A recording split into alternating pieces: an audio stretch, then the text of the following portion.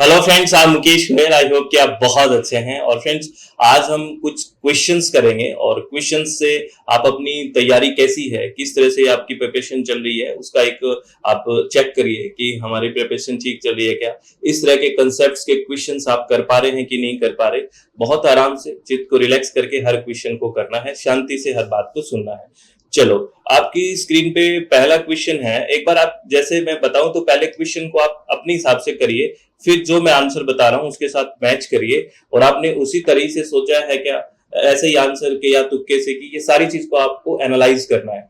Question है कि which of the following are the examples of scaffolding, यानी कि स्कैफोल्डिंग के उदाहरण निम्नलिखित में से कौन से हैं। तो सबसे पहले ये टीचिंग एप्टीट्यूड का क्वेश्चन है फ्रेंड्स। आपको सबसे पहले ये जो स्कैफोल्डिंग शब्द है इसका मतलब पता होना चाहिए कि इसका मतलब क्या है। अगर आपको इसका मतलब पता है तो इसका आप क्वेश्चन को बड़ा आराम से सोल्व कर पाओगे। स्कैफोल्डिंग का मतलब क्या होता है, देखो सीखने के अगर हम बात करें, एक तो तरीका है कि आप खुद से चीजें सीखें, एक चीज तो ये होती है। और एक चीज होती है कि सीखने के लिए हमें किसी की जरूरत होती है। जैसे एक टीचर की हमें जरूरत है जो हमें सीखने में हेल्प करता है। तो एक तरह से जो हेल्प कर रहा है ना, सीखने में आपको सहायता प्रदान कर रहा है, एक बाहर से कुछ मिल रहा है कि अच्छा ये चलो आप सीखिए, हिंट मिल रहा है, एक तरह से वो एक स्कैफोल्डिंग होता है। तो अगर ये कंसेप्ट पता है तो आप कर पाओगे। देखो पहला ऑप्शन कह रहा है कि providing hints and clue to solve a problem. तो ये जो शब्द हमने यूज किया था वो आ गया कि हिंट वगैरह प्रोवाइड करवा के आपको चीजों को समझाना। तो पहला ऑप्शन तो आएगा ही आएगा कि providing hints and clue to solve a problem, किसी समस्या के समाधान के लिए संकेत एवं सूत्र प्रदान करना। एक तो ये ऑप्शन आ गया। दूसरा कह रहा है allowing the student to figure out the problem on their own, विद्यार्थियों को अपने आप से समस्या का हल करने देना। नहीं, अपने आप से नहीं, यहाँ पे सहायता दी जाती है स्कैफोल्डिंग में, तो इसलिए ये ऑप्शन कट जाएगा। सी कह रहा है providing the students with all the answers and solution to a problem, विद्यार्थियों को किसी समस्या के सभी उत्तर एवं समाधान प्रदान करना। नहीं, उसको एक हिंट दी जाती है, सारी चीज को समाधान नहीं किया जाता, तो ये भी कट जाएगा। डी ऑप्शन कह रहा है asking leading questions to guide the student thinking, विद्यार्थियों को चिंतन को निर्देशित करने के लिए सूचक प्रश्न पूछना। ये बिल्कुल ठीक है, जिससे क्या होता है उसकी थिंकिंग डेवलप हो, हिंट देके कि ऐसा है तो क्या होगा ऐसे। तो ये एक स्कैफोल्डिंग का है। तो अभी अगर इस ऑप्शन की तरफ जाते हैं तो ए और डी है वो राइट आंसर है। और ए और डी के लिए हमारे पास यहाँ पे ऑप्शन है बी। तो राइट आंसर कौन सा हो गया, B is the right answer. आपको ये बात समझ में आई? और क्या आपका राइट आंसर था? आप कमेंट बॉक्स में बताना पक्का, ठीक है, कि किस तरह से आप क्वेश्चंस को सोल्व कर रहे हो। एक एक शब्द को अच्छे से समझोगे ना तो सारी चीजें ठीक हो जाएगी फ्रेंड्स, ठीक है। और मैं आपको अपने क्रैश कोर्स के बारे में एक इंपॉर्टेंट इंफॉर्मेशन देने जा रहा हूँ फ्रेंड्स। आपको थोड़ा अगर सुनने में इंटरेस्टेड है आप सुन लीजिए। सारी बातें आपको मैं बता देता हूँ। बेसिकली आपको पता है अपनी वेबसाइट है www.swmg.in या फिर मोबाइल एप्लीकेशन SWMG, और ये अपना कॉन्टेक्ट नंबर है, ठीक है। व्हाट्सएप करके या कॉल करके आप डिटेल ले सकते हैं। अभी आपको पता है यूजीसी नेट पेपर 1 के लिए जो आपका अभी होना है, इसके लिए 199 में एक क्रैश कोर्स चल रहा है जिसमें 10 की 10 यूनिट की थ्योरी है, ठीक है ना। क्रैश कोर्स जो इंपॉर्टेंट टॉपिक्स है, और एक अभ्यास बैच है जिसमें 500 से ज्यादा पीवाईक्यूज हैं। अगर आप, ये भी 199 का है यानी कि 199 रुपए का। अगर आप दोनों चीज ज्वाइन करते हैं, थ्योरी प्लस अभ्यास, तो 299 रुपए का है। इस वेबसाइट का लिंक भी आपको डिस्क्रिप्शन बॉक्स में मिल जाएगा। ये जो क्रैश कोर्स पेपर 2 का भी हमारा रिवीजन कोर्स चल रहा है इन्वायरमेंट साइंस का, और पेपर 2 का एजुकेशन का। ये जो कोर्स है ये मैं आपको बता दूं 20 जुलाई को हम ये ऑफर साफ बंद कर देंगे। 20 जुलाई को हम ये ऑफर बंद कर देंगे, है ना। जो ये ऑफर चल रहा है, लास्ट डेट 20 जुलाई 2024 है। 20 जुलाई तक आप इसको ज्वाइन कर सकते हैं। और इसमें सारे, जैसे ही आप ज्वाइन करते हैं तो सब आपको रिकॉर्डेड मिल जाता है।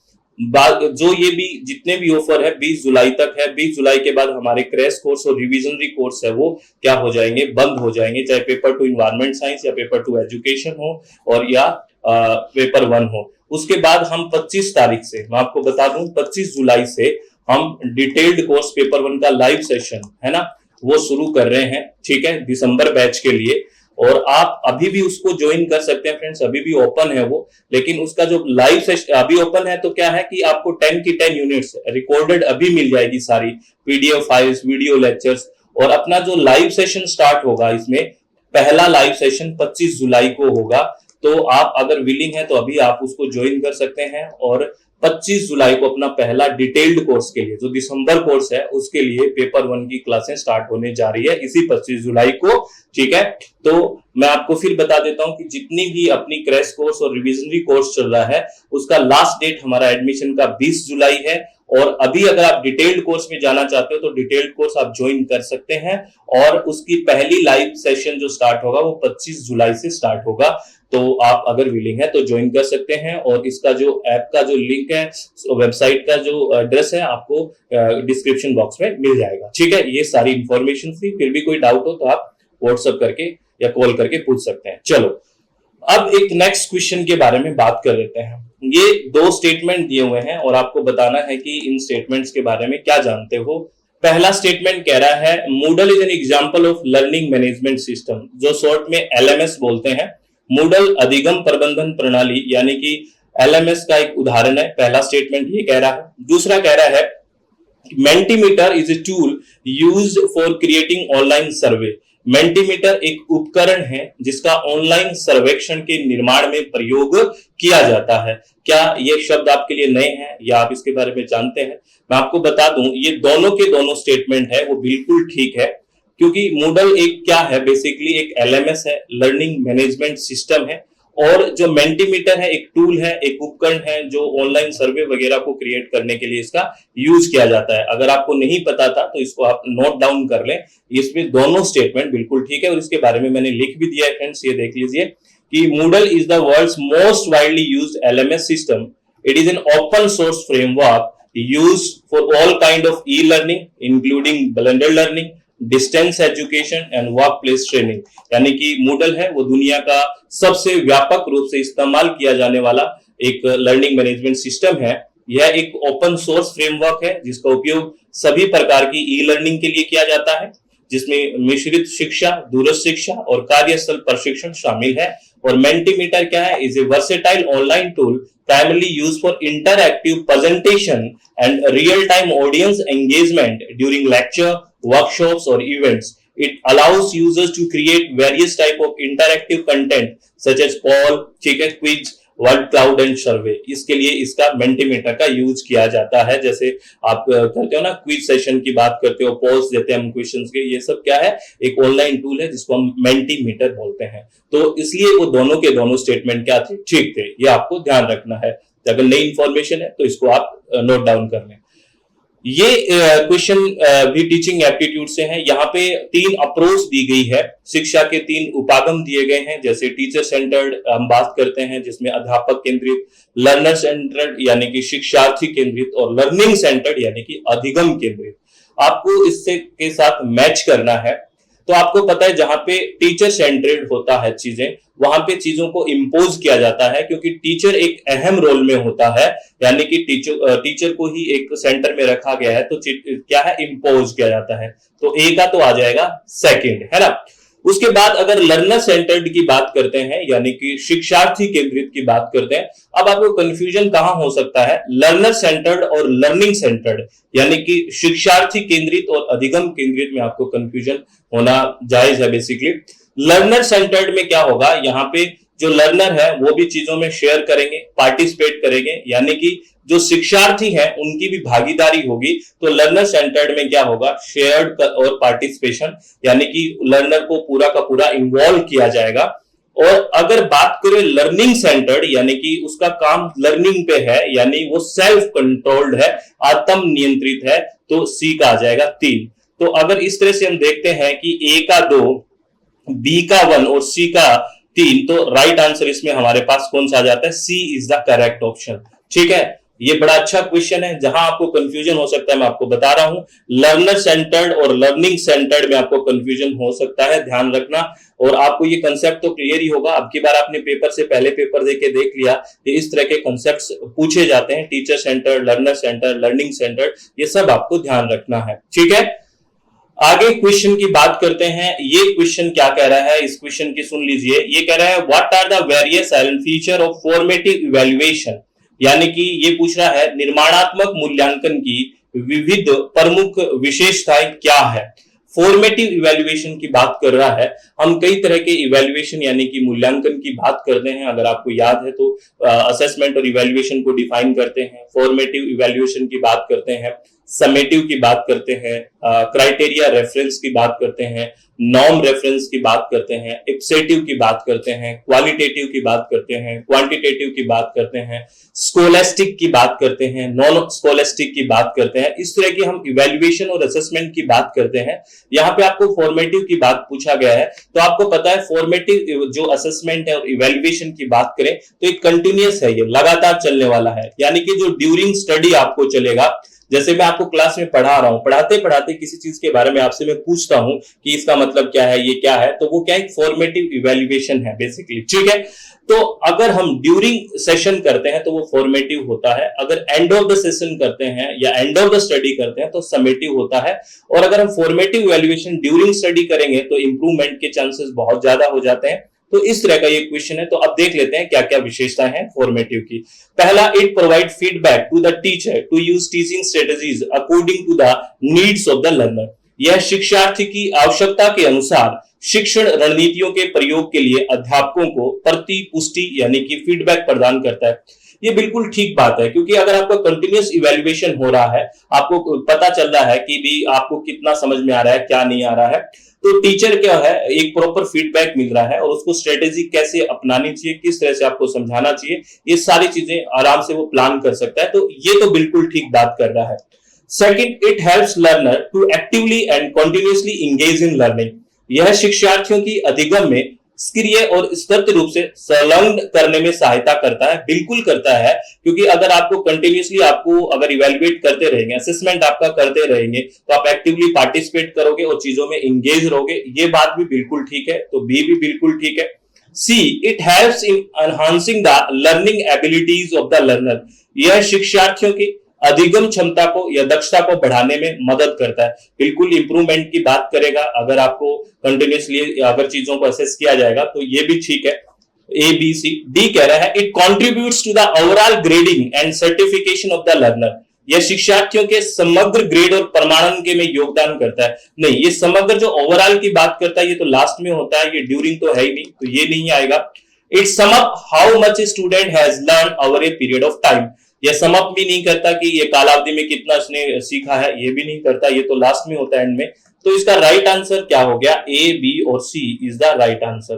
तो ए बी सी कहां पे आ गया? ये थर्ड ऑप्शन है, ये हो गया। तो आपने इस तरह से सोच के इस क्वेश्चन को किया है क्या? तो right answer A B C हो गया। ठीक है, चलो अब हम बात करते हैं नेक्स्ट क्वेश्चन की। और ये नेक्स्ट क्वेश्चन क्या कह रहा है, देखिए ये स्वयं प्रभा के बारे में क्वेश्चन है। आपने कई सारे क्वेश्चंस कई सारे आपको बात करते हो किस किस तरह की स्कीम्स चली है, किस किस तरह के इनिशिएटिव हायर एजुकेशन में हो रहा है आईसीटी के साथ। जैसे स्वयं की बात करते हैं, स्वयं प्रभा की बात करते हैं, ई क्रांति की बात करते हैं, ई कल्पा की बात करते हैं, ई विद्वान की बात करते हैं, जो अब की बार भी आपने क्वेश्चन देखा।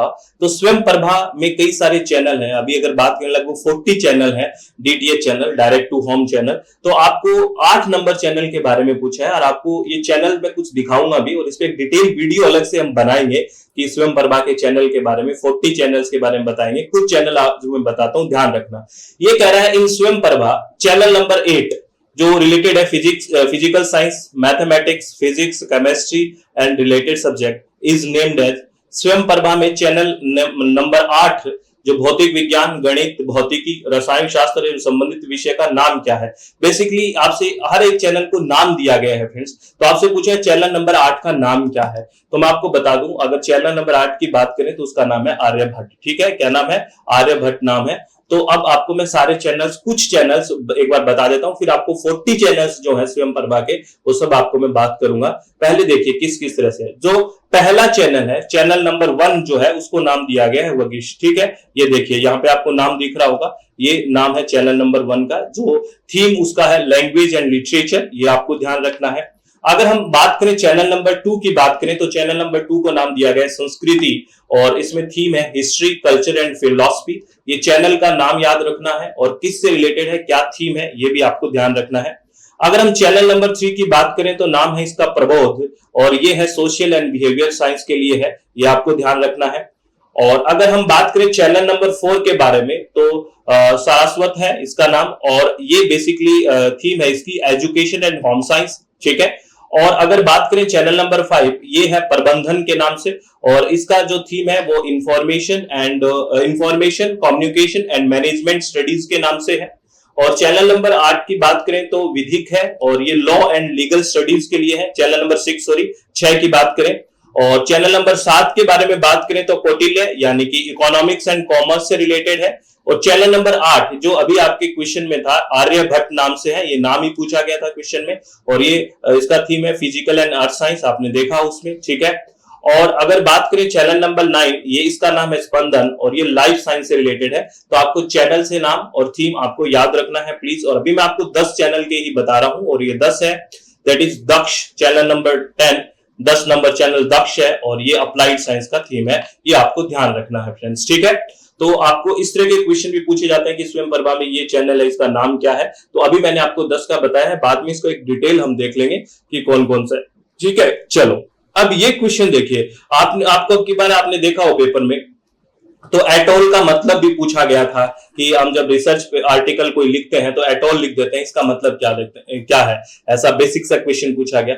हो सकता है कि इस तरह का क्वेश्चन भी पूछा जाए। इसमें लिखा हुआ है, in the text of research article if a reference is cited by writing the author name followed by et al, ठीक है, which among the following could represent the number of authors involved in the cited study। किसी शोध निबंध के पाठ में यदि लेखक के नाम के बाद एटोल लिखकर किसी संदर्भ को अद्युत किया जाता है तो निम्नलिखित में से कौन से अध्ययन में शामिल लेखकों की संख्या का प्रतिनिधित्व कर सकते हैं। जैसे आपने देखा होगा एटोल लिख देते हैं, बेसिकली एटोल यानी कि अदर्स, कुछ और भी है इसमें। तो वो कह रहा है कि कितने ऑथर्स के बाद हम लिख सकते हैं। देखो अगर आप कई जगह जाते हो तो इसमें थोड़ा कंफ्यूजन में आंसर गलत कहीं लिख रखा है। बेसिकली इसका आंसर जहां भी 2 तक रहता है ना तो हम एंड लगा देते हैं। एक में तो सीधा, जैसे मान लो मेरा नाम मुकेश कुमार है तो कुमार लिख दिया और ईयर लिख दिया, अगर 1 है तो फॉर एग्जाम्पल, ठीक है। अगर 2 है तो जैसे कुमार एंड कुछ और भी है, जैसे नविश ये है, ठीक है। तो ये दो में हम क्या लिख देते हैं, एंड का यूज कर लेते हैं बेसिकली। लेकिन 2 से ज्यादा हम करते हैं, जैसे 3 या 3 से आगे अगर बढ़ जाए तो एटॉल का यूज बेसिकली करते हैं, ठीक है। तो इसका राइट आंसर 3 और 4 यानी कि यहां तक हो जाए, क्योंकि 2 तक हम एंड यूज कर लेते हैं, उसके बाद हम एटॉल का यूज करते हैं। तो सी और D is the right answer according to me, ये इसका राइट आंसर होना चाहिए। लेकिन कुछ जगह इसमें बी को भी इंक्लूड किया हुआ है, लेकिन 2 तक हम एंड यूज कर लेते हैं। आपने 2 के लिए जैसे नाम फर्स्ट और फिर एंड करके लिख देते हैं वो, लेकिन अगर हम 3 या 3 से आगे जाएंगे तो एटॉल यूज करेंगे। तो सी एंड डी इसका राइट ऑप्शन होना चाहिए, ठीक है, ये राइट आंसर होगा। और आप एक बार रेफरेंस देख के मैच करके भी देखना, एपी एमएलए देखना किस तरह से लिखते हैं, है ना, क्योंकि आप बड़े हो चुके हैं। As compare to quantitative researcher qualitative researcher lay more emphasis on, ये 1 लाइनर क्वेश्चन है लेकिन बहुत ही बढ़िया क्वेश्चन है, घातक क्वेश्चन है। अगर आपको क्वालिटेटिव और क्वांटिटेटिव का बेसिक क्लियर नहीं है तो इस क्वेश्चन का आंसर आप नहीं दे पाओगे। कह रहा है कि मात्रात्मक शोधकर्ताओं की तुलना में गुणात्मक शोधकर्ताओं निम्नलिखित में किस पर अधिक बल देते हैं। जो क्वालिटेटिव रिसर्च वाले किस पे ज्यादा बल देंगे, देखो मेजरमेंट पे जो बल देते हैं वो क्वांटिटेटिव वाले देते हैं, क्वालिटेटिव वाले नहीं देते। कैजुअलिटी यानी कि कार्य कारणता पे संबंध जो स्थापित करने की बात करते हैं वो भी ज्यादातर क्वांटिटेटिव करते हैं। जनरलाइजेशन की बात करते हैं वो भी क्वांटिटेटिव। क्वालिटेटिव किस पे बात करता है, किस कॉन्टेक्स्ट में है, किस संदर्भ में है, ये बेसिकली बात करता है क्वालिटेटिव वाले, ठीक है। तो ये आपको ध्यान रखना है, ठीक है। ये अच्छा क्वेश्चन है, आपको बड़ा इजी क्वेश्चन लग रहा होगा लेकिन यहाँ पे कंसेप्ट बहुत अच्छे लेके गया ये, ठीक है, ये आपको ध्यान रखना है। अब ये 2 स्टेटमेंट है, ये भी बड़े अच्छे स्टेटमेंट है। पहला स्टेटमेंट कह रहा है कि an abstract is detailed report of the research study conducted and is intend to generate interest among other researcher.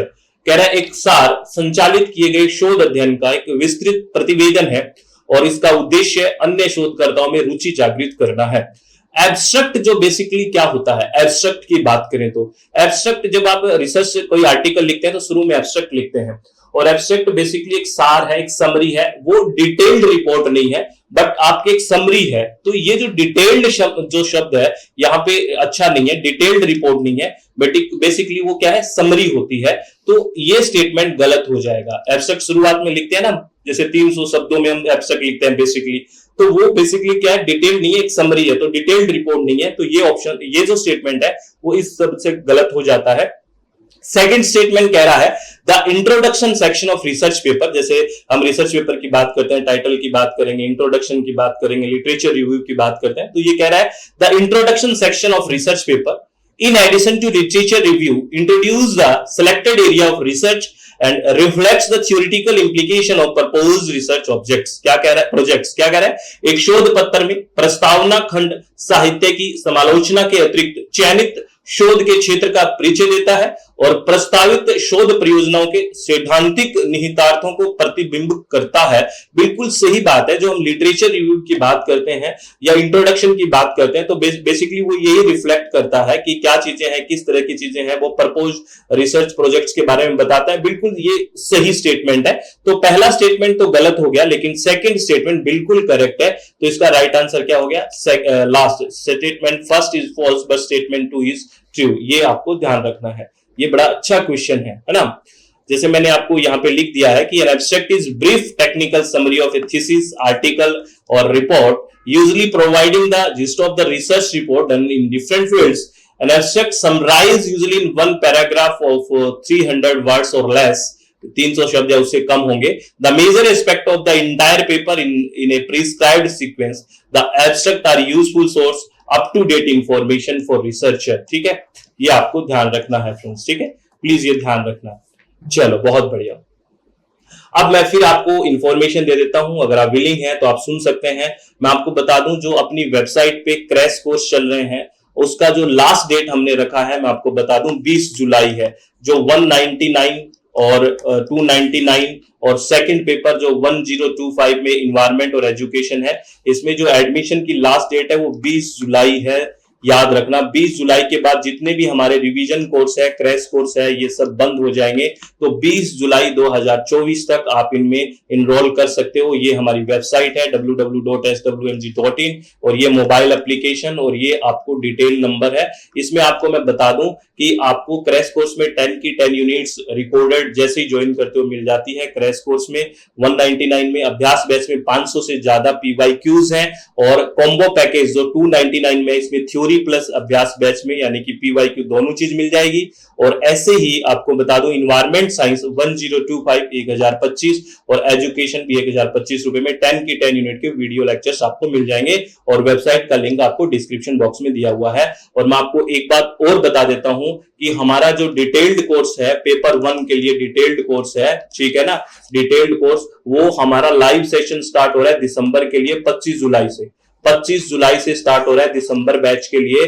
तो अगर आप विलिंग है तो अभी ज्वाइन कर सकते हैं। जैसे ही मान लो आज आप ज्वाइन करते हैं तो आपको 10 की 10 यूनिट डिटेल्ड पीडीएफ के साथ आज मिल जाएगी और लाइव सेशन में आप इंक्लूड हो जाओगे। 25 जुलाई से पहला लाइव सेशन है अपना दिसंबर बैच के लिए और वेबसाइट का लिंक आपको डिस्क्रिप्शन बॉक्स में मिल जाएगा। ठीक है, तो आप आराम से अच्छे से तैयारी कीजिए, बिल्कुल चित्त को शांत रखें और आपकी तैयारी कैसी चल रही है ये बताते रहिए और आपको क्या और पढ़ना है ये भी बताते रहिए और बस आराम से चित्त को शांत रख के काम करते रहिए। ठीक है, तो बहुत बहुत धन्यवाद। Thank you, thanks a lot friends. आप लोग हमेशा खुश रहो और अपने चित्त को शांत रखो। बहुत बहुत धन्यवाद।